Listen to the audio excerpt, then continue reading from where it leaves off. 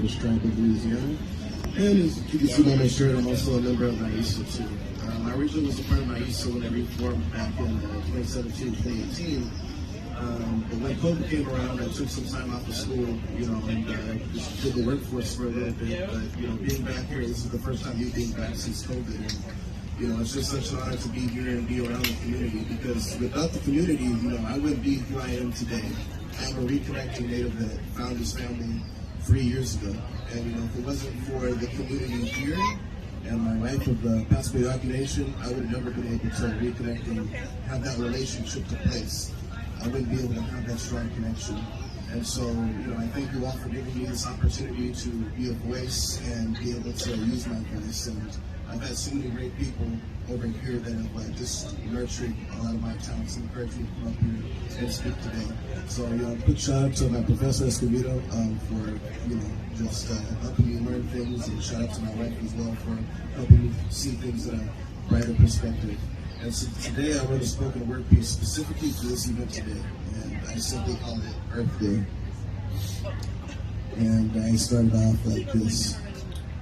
If we look at life before mankind, before my time, if I look at history in a straight line, I start to see a divide. I look at the earth beneath my feet that wouldn't erode or subside. I must do more to provide, since the trees and animals are very much alive, for without nature, humankind could never survive.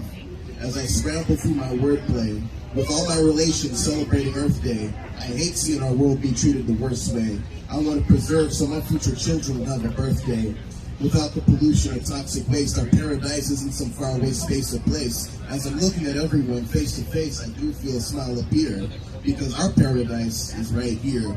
From ashes to ashes and dust to dust, we need her more than she needs us. So I must walk with a purpose on this surface, a student of great earnest. I reject exploitation and choose to be like the oceans and evergreen that flourish. Creator made me a wordsmith, yet I feel torn in this thick storm, with weather patterns getting a bit warm. So I throw a fist in the air from the despair. Pipelines polluting my air, affecting my health and very core. It's almost like we're waging war. I'm listening to Almatic, and the world was never mine. It's always been all of yours. With our power, it's been all of our sacred duty. I pray that the Creator will use me for something positive. The seventh generation will be blessed with success and good medicine in their prerogative.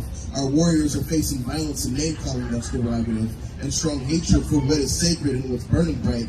Figure that our land is nothing but an object devoid of life, but she pulses in a higher portion, like a heartbeat pumping blood to all the organs, expanding its roots, being fed by the sweetest fruits, so we cannot subject her to misuse, for I fear the day our sacred water becomes a recluse. So I keep an ear to the sky and listen intently. I know my inner evils are beginning to resent me, but I know I won't be denied entry, because I'm out for Mother Earth to represent me. I say it again, I'm out for Mother Earth to represent me. She never repressed me, gave me bursts of air when I felt my lungs would crumble, gave me food from the three sisters when my stomach would rumble, or start aching, gave me water when facing dehydration. When I thought I was through, I said I'll gift you with my full respect to deposits of CO2, to strengthen your branches. It's time to take some stances. We only got one world floating on its 23-degree axis, so let us act in self-defense. In present tense, I find it common sense with the sequence of events. Because we can't be blinded or divided. They call us simple, yet we were never simple-minded.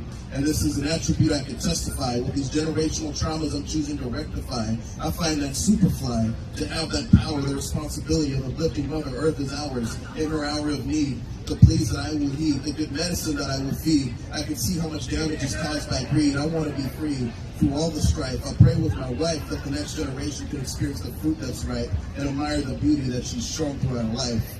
And admire the beauty that she's shown throughout her life. Thank you.